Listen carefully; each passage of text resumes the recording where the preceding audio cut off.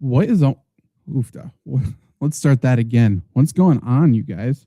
Welcome back to the Flurry Sports Podcast. Not sure what that was. As you can see, solo dolo tonight. If you're not watching, definitely go to the Flurry Sports YouTube channel or my Twitter or Twitch, or I believe we're on Facebook. No, not on Facebook right now. But expect a shorter show today. Jake is off doing some Secret Service stuff, I'm sure. He's holding out after the votes, right? We just got done with voting. Hopefully you all voted for us to win best podcast. How could you not with the way that just started? Luke, what's up? But he's holding out. So Volume 1 awards us the award that we rightfully won, right? He'll be back next week. He's not going to wait until Volume 1 announces because, let's be honest, Volume 1 takes like 2 months to count electronic awards or electronic votes. So now he'll be back next week. Shorter show today. I got a few things. So we will go over our NFL headlines. We do got the college football bracket, and we do have 3 interesting things from the NFL that I researched deeply about 10 minutes ago that, they all piqued my interest. And we got Luke in the chat dropping questions such as, where is the Shadur bad guy in the chat, the guy who usually joins us every single Monday night? And you also could join us Monday night. We usually go live it's usually around 5:30 Central, 5:30 to 6 p.m. Central on the Flurry Sports YouTube channel, about an hour early today. So we'll see if the Shadur and Deshaun Watson defenders will come out. And usually they do not like to show their face for whatever reason. They like to show themselves in the Flurry Sports YouTube chat. And you could join them as well and give them a piece of your mind, like Luke is looking to do. Luke's big dogging it. Luke's on the porch just barking at him right now. But let's talk first quickly about the college football playoff bracket. Because Jake spent a lot of time talking about this the past couple of weeks and what we wanted to happen. Like we said last week, we were all Duke football fans just because we wanted to see chaos happen. Exactly what we said for the reason why we wanted Duke to win happened. Duke won. Duke beat Virginia. And guess who's pissing and moaning and pouting and whining? The pretentious little bitches of Notre Dame. And I'm not saying they don't have the right to be upset. If I missed the playoffs, I would be upset too. However, they feel they are owed the playoff spot, and that's where I have an issue. Like, they can be upset. I'm upset Wisconsin didn't make it. Do I think Wisconsin was owed a spot? No. So Notre Dame should be upset. And yes, it's a little scummy. It's a little bad. It's stupid that they were ranked ahead of teams that jumped them without anything bad happening. Are the rankings bad? Yes, the rankings are bad. But the final result, I think, for the most part, is what we want. And for the people who are the college football elitists, I will say, that are upset that we have a JMU and Tulane in here, saying this isn't what it's about. It's about getting the best 12 teams. We'll see if if we're saying that Ole Miss better beat Tulane. And by the way, they better cover the spread, which I think is 20 points. I understand it looks super lopsided. It looks super bad. But Tulane has a matchup against a team without a coach, without a lot of offensive staff, I think, without a strength coach. So Ole Miss better beat Tulane, and they better beat them by 20 points. Otherwise, you have nothing to complain about. And Oregon lost last year in their first game of the playoff, I believe, after the bye. Don't let JMU beat you. Don't even let JMU keep it close, because you are saying these two teams do not deserve a spot. And what I'm saying is we need to have these smaller schools in here, because what would be better, in my opinion, than one of these teams going on a run, especially with NIL not fully making it even across the board, right? But I feel like it's much easier for teams like that to rebuild quickly, for teams like that to recruit and pay some of these players to come in. I think it's great for college football. I think it's great for the sport. And if one of these teams goes on a run in a March Madness-esque run, that's great for the sport too. I think that would be electric. I think that would be legendary. I think that would be awesome. And hell, if Tulane somehow does it, if they get past Georgia, if they get past Ole Miss, if they get past anybody here, that would be incredible. The people saying Tulane should not be in there are the same people who are seeing St. Peter's go to the Elite Eight. Yeah, exactly. It completely true. Like, it's so stupid. I understand that you want Notre Dame in there. You want Texas in there. You want some of these other schools, Vanderbilt in there. Whatever. But I mean, to be completely honest, Notre Dame's independent. They are not in a conference, so obviously they don't get that automatic bid until next year, supposedly. How bullshit is this? If Notre Dame finishes the year in the top 12 rankings, and it must be the college football playoff rankings, which we already this year decided are rigged and bad and not good. So I'm not sure why this is the deciding thing. But if they are in the top 12, they get an automatic bid in the exact same way that conference winners get, which I think is ridiculous and stupid. If there's an independent team that does not run the table and does not go undefeated, there's absolutely no reason why they should be in the playoff. No reason. Join a conference. Join a conference. If they had 2 losses and were in the Big Ten, guess what? They're in. Great. That's not the case here. That's so stupid. And Notre Dame, go to church and pray on it, man. Like, I don't know what to tell you. Like, you feel like you're owed. And then immediately, they didn't even take a day.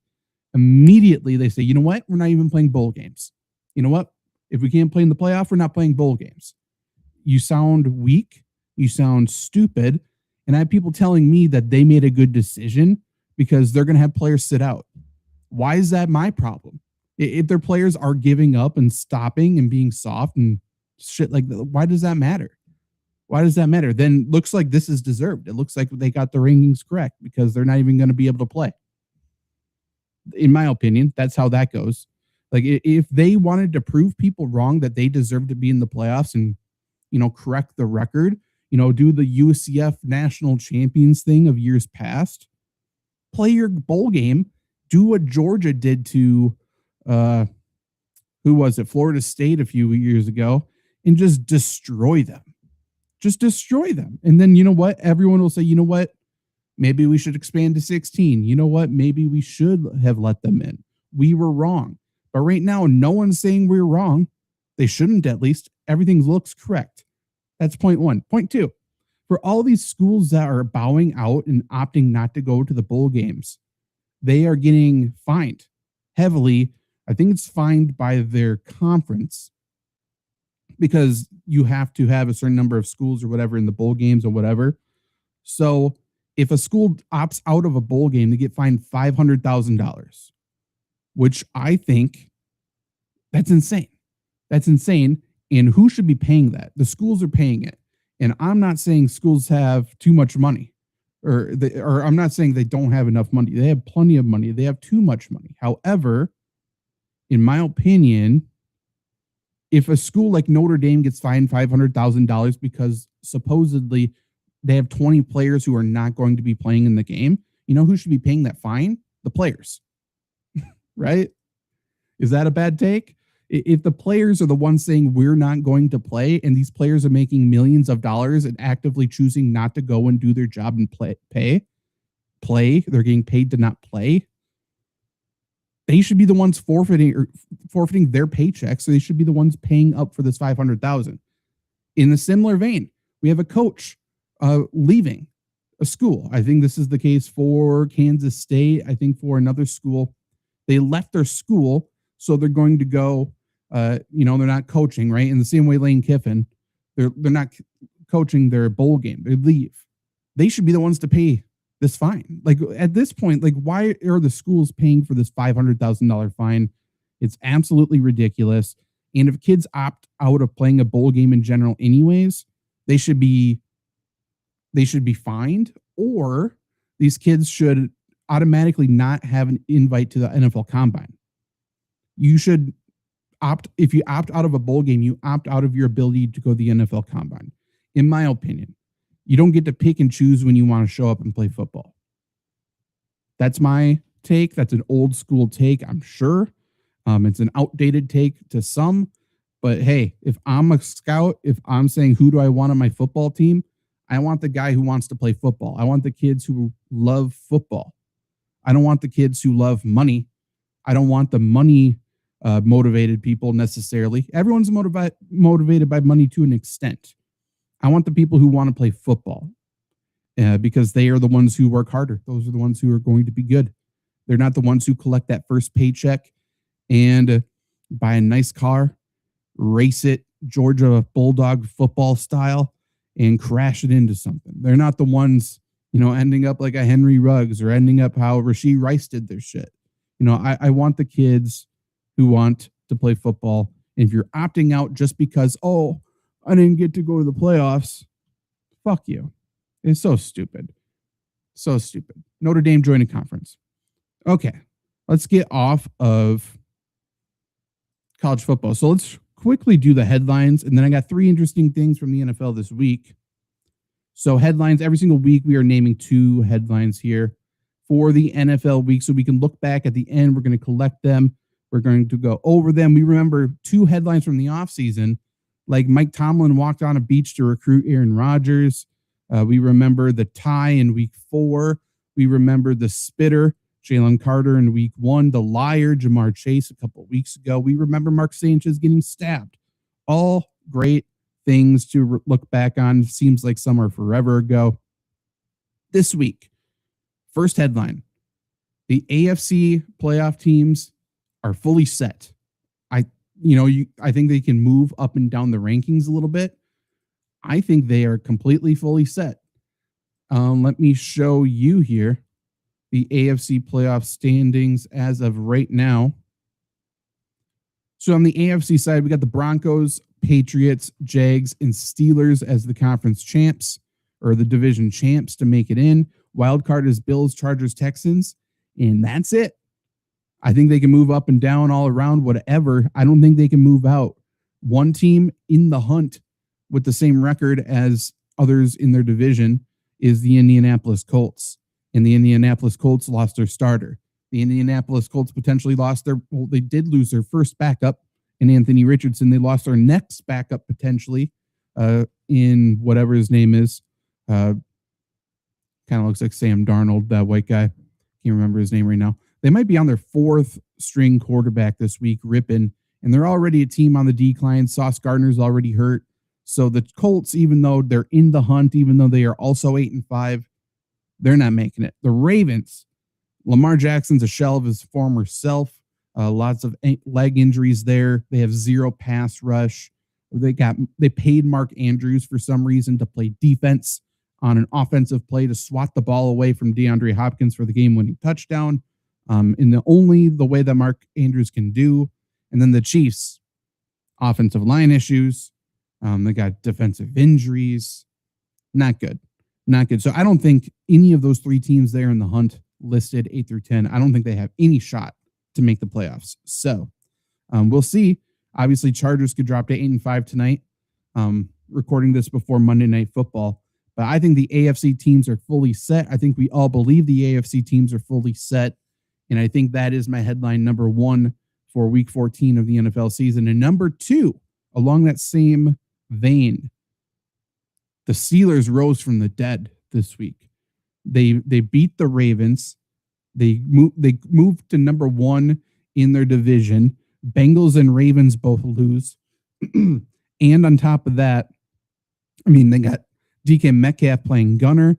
They go and sign Adam Thielen and Marquez Valdes-Scantling to revamp the wide receiver core, so much so that Roman Wilson wasn't even active.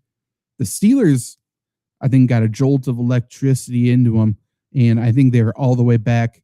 Mike Tomlin, people are saying, hey, maybe you should go coach college, a laughable statement, but now they can actually laugh about it because the team not only won, the team not only looked much better, the team very clearly stated even that they're playing for their coach. So the Steelers are all the way back. Mike Tomlin is all the way back. I'm sure this will not bite us at any point whatsoever. Steelers also notably have a winning record again. Mike Tomlin's never had a losing record. So those are the 2 headlines for this week. Now, if you guys got anything, definitely jump in the chat and let me know. But I got 3 interesting things from the NFL this week. 3 interesting things. Let's start. Where should we start? let's start with this. And because we'll move back to the NFL standings there in a second. But I came across this story, which I hate. And I'm not a guy who gets into politics whatsoever. I'm still not going to get into politics whatsoever. But holy shit. Is it soccer or football? President Trump wants to rename the NFL. This could be potentially his worst PR move of all time. What the fuck is going on? Donald Trump says the United States should stop calling soccer by that name and start calling it football, meaning the National Football League might need a new name if it's open to the president's suggestion. What are we doing? What are we doing? So talking about the World Cup draw, which, by the way, favorable draw, we're going to run the table. We're going to take the sport. It's going to be ours. Sorry about it.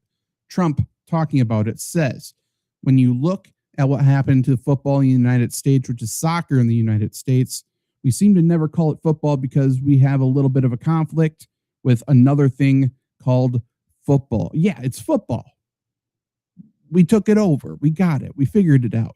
The rest of the world knows what the number one sport is, and that is the NFL. That is football. The number two sport, college football. Yes, you look at numbers across the world, maybe soccer has more numbers overall if you combine them all, but guess what? We're not combining them all. It doesn't matter. NFL is by far king.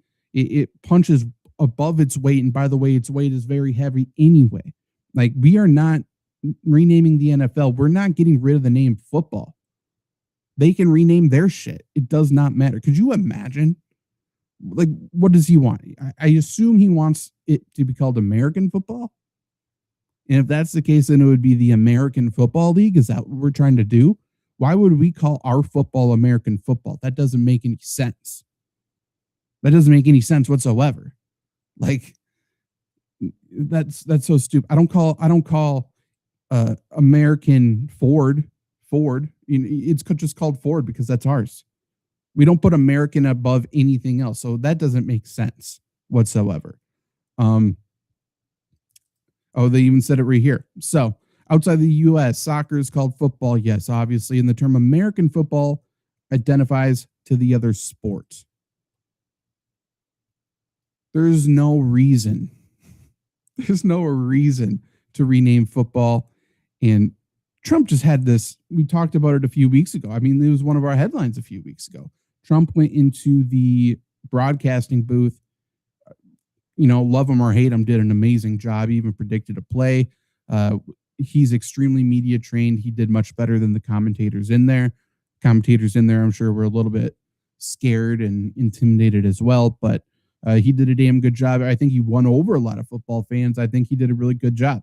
And then now he does a complete 180 and says he wants to take away the name football. That's the softest thing of all time. It's maybe second softest thing to Notre Dame saying, hey, I'm not going to play a bowl game because we didn't get what we wanted. So stupid. So this is an interesting thing. Number one, what are we doing? We're not renaming football, by the way. You guys can rename whatever the fuck your sport is. And by the way, we're going to take it. You know what? When we win the World Cup in 2026, we'll rename it. We'll take it. We'll take it. We'll rename football for you guys. It'll be called soccer for everybody. If the United States is the World Cup champions, it is now known as soccer for everybody. I can promise you that. That's how it's going to be. Luke says it can be called international football. Not even. Nope, we're getting rid of football. Football is ours. If they want the NFL in Europe, by the way, they better call it football. They better accept it as football. We're not putting a team in London, in Germany, in any of these places unless they call it. And we shouldn't even go play games for them. If they want us to go and bring Aaron Rodgers and the Jaguars and everybody else over there to play international games, they have to ditch football. We're football now. You call our sport football. Luke's pitch for a headline. This iteration of the Chiefs are done. Keep Mahomes, Chris Jones, Andy Reid, get rid of everybody else. It does kind of seem that way. I do feel like, they got a lot of really good young players, but especially on the offensive line, they're banged up right now, but like Simmons and Smith and all of that, they got good players.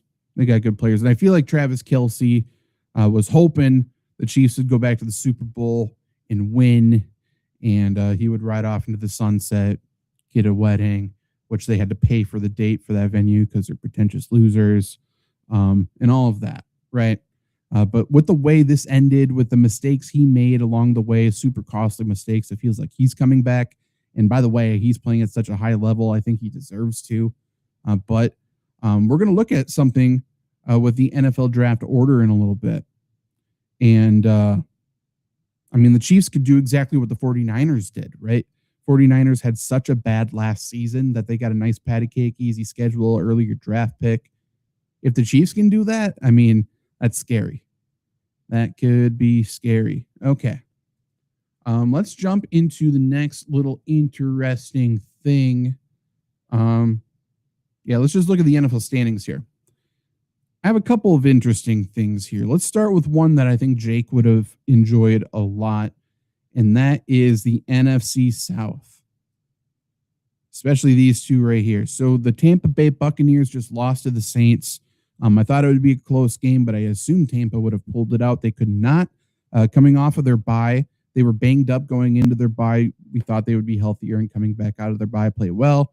They did not. They lose to the Saints, one of the worst teams in the NFL.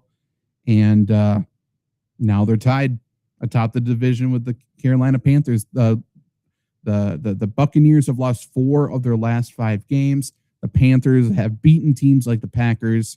They've beaten teams like the Rams. They're winning big games, and they just had their bye this week. So they potentially could be healthier for a late season push. We could see the Carolina Panthers be the NFC South representatives, which would be incredibly interesting given the way this season started for Tampa. They were so hot. Baker Mayfield was an MVP candidate. Emeka Ibuka was like the leading candidate for Rookie of the Year. Bucky Irving was running wild. I mean, it was crazy. And then this week they couldn't stop the Saints. And Bucky Irving got baptized before the game and looked like God wasn't even on his side. Like, there was so many things happening here. And now the Carolina Panthers, we'll see. We'll see. The other interesting thing, and this disgusts me after we were just talking about the Chiefs. So the Chiefs are now 6-7. They have a losing record. How crazy is it that the Kansas City Chiefs have the exact same record as the Miami Dolphins? After the way the season started for the Dolphins, everyone wanted them to go scorched earth. I still think they should.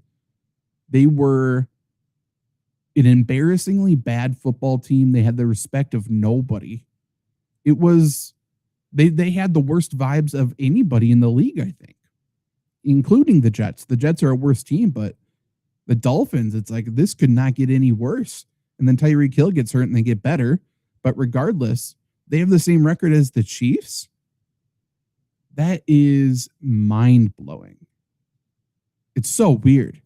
Chiefs, by the way, a plus 63 point differential, 6-7. The Dolphins, minus 15 point differential, 6-7. The Chargers, 8-4, plus 25 point differential. Kind of crazy. Kind of crazy when you look at point differentials from some of these teams. I mean, the Bears are 9-4, and they have a negative point differential. Do you think they're the real deal yet? Do we think they're a really good football team? I don't know. I don't, but that's fine. I mean, you can look at the AFC North. Every single one of them has a negative point differential. I mean, it's interesting when you look at the standings here, but the biggest one for me, the Bucs and Panthers were a big one, but the Chiefs and Dolphins being on even playing ground is insane. And that is why we're going to look into the NFL draft order here. There are some really, really good football teams that are going to be getting really, really good draft picks. And that is why these teams that keep like maybe overachieving a little bit, the teams that keep finishing in the middle, they don't get any better. It's like what are the Colts supposed to do from here, guys? The Colts are fucked. They just spent a bunch of money to go all in. They lost their quarterback of the future. They're lucky that they didn't pay him a boatload of money beforehand that he deserved, by the way. Daniel Jones, for those who don't know, was playing with a broken leg, overcompensated with that broken leg towards Achilles. So now he was going to be paid what? Probably $30 to $40 million per year, probably closer to 40. Now they have no direction. Anthony Richardson, they don't want to go to him. Daniel Jones, what do you sign him for? And even when you do, you're not going to have him to start next year. Do you draft a guy? Okay, we're drafting a quarterback. We don't pick very high. We were 8-5 right now. So you can't say that they're in a good position whatsoever. Let's just get into this. Let's get into draft order in particular. That is essentially, we can look at playoff percentages as well. Let's do that, and then we'll look at the draft order because I do think that's the interesting part. Buccaneers, like I said, we're just talking about Buccaneers-Panthers. Buccaneers-Panthers are even in terms of record just because of schedule the rest of the way and stuff like that. Buccaneers have the 70% chance to make the playoffs. Panthers are at 31. Looking at the NFC West, it's crazy to see 3 teams above 90 there. NFC North, Packers with that win over the Bears go up to 95% chance to make the playoffs. The Bears go from 1 seed in the NFC to 7 seed, the very final playoff spot. They have a 70% chance to make the playoffs. Lions are at 39, holding on to hope. AFC Chiefs have a 14% chance. They still have a chance outside looking in. If we want to look at Chiefs playoff scenario here. So let's say the Eagles win tonight, which would mean Chargers lose. Chiefs playoff odds would go up to 17%. Not bad. They beat the Chargers next week. So that'd be back-to-back losses for the Chargers, who are currently in the playoffs. That would mean the Chiefs have a 29% chance. What other teams would they need to lose here? Let's just say, let's say the Cardinals pull off the unthinkable.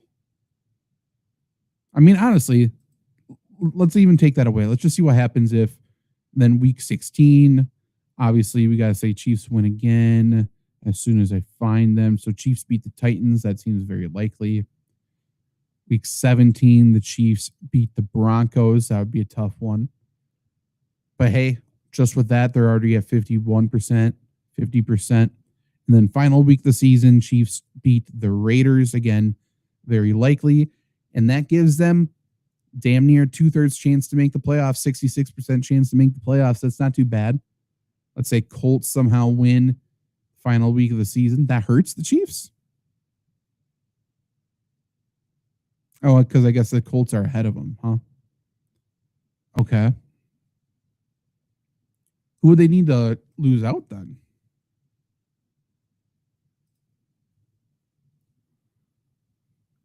They would need the Chargers or the Bills. I guess they would like it if the Bills fell out.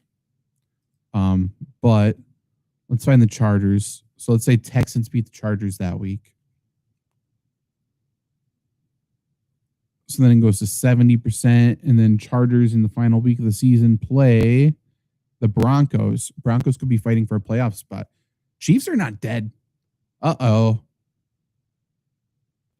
This would be very Chiefs to go on a run and make the playoffs. I do think they're dead, but that is very interesting. So those are some interesting playoff scenarios there. But let's look at the NFL draft order if the NFL draft started today.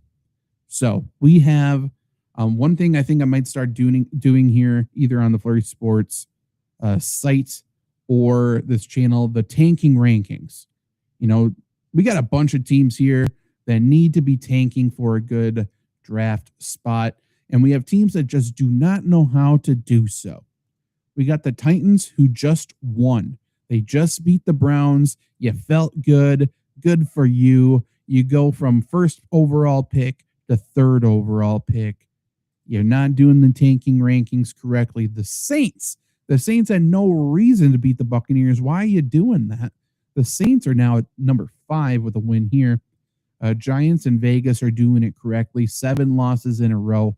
Washington, after making the playoffs last year, have lost 8 in a row. They are certainly preparing for a good season next year if they can repair some very obvious spots. And if Jaden Daniels can get healthy, stay healthy, play good football, they are good to go there. But this is what's interesting to me. So, like I said, we got teams here that I think are further away from winning a Super Bowl than some of the teams here. And it's because you got to get worse to get better in this league. You can't just tread water over and over and over again and expect to get better, because it's a lot tougher to get better that way. We got the Bengals here. The Bengals just brought back Joe Burrow. I can't imagine he's going to sit. So Joe Burrow is going to continue to play games. He's probably going to win them some games. But if for some reason he doesn't, and the Bengals can fight their way back a little bit here, they're already number 10. If they could pick somehow number 8 or something like that, that is very interesting for the Bengals. The Vikings are very similar. The Vikings just won a game. J.J. McCarthy just looked much better after simplifying things.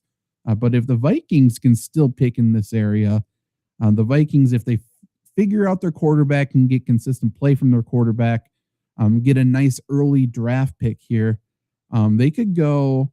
They could rebuild quickly and contend for the NFC North next year. The Ravens, they're probably missing the playoffs. The Chiefs are probably missing the playoffs. 6-7. Dolphins are, for whatever reason, winning games here again, doing the tanking rankings incorrectly. They should be back here. This is where they should be right now if they want to contend next year.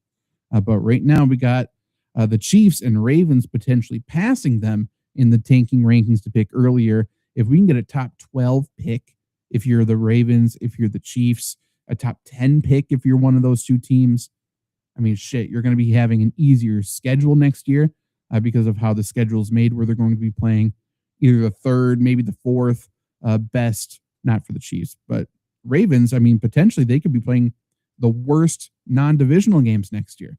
They're going to be matched up with the fourth place teams potentially, which would be, never mind, the Browns are there. The third place teams, though, that would be incredible. So we got an interesting race here in between picks number 6 and 14. It'll be interesting to see where these teams go because if we get teams like the Bengals, the Vikings, the Ravens, the Chiefs fight their way up here, I think they could rebuild very quickly and be very good contenders. Another interesting thing to look at is the Rams currently own the Falcons draft pick. The Falcons are not playing well whatsoever, lost 2 games in a row here. If they continue to fall back, the Rams could potentially win a Super Bowl and have a top 8, top 5 draft pick, which is ridiculous. Absolutely ridiculous. Wouldn't that be interesting? So the Rams could win a Super Bowl. Matthew Stafford could win an MVP. Matthew Stafford could ride into the sunset and retire, and the Rams could draft their franchise quarterback. How interesting is that? The team that says, fuck those picks, could have a very, very valuable pick to set themselves up for the future.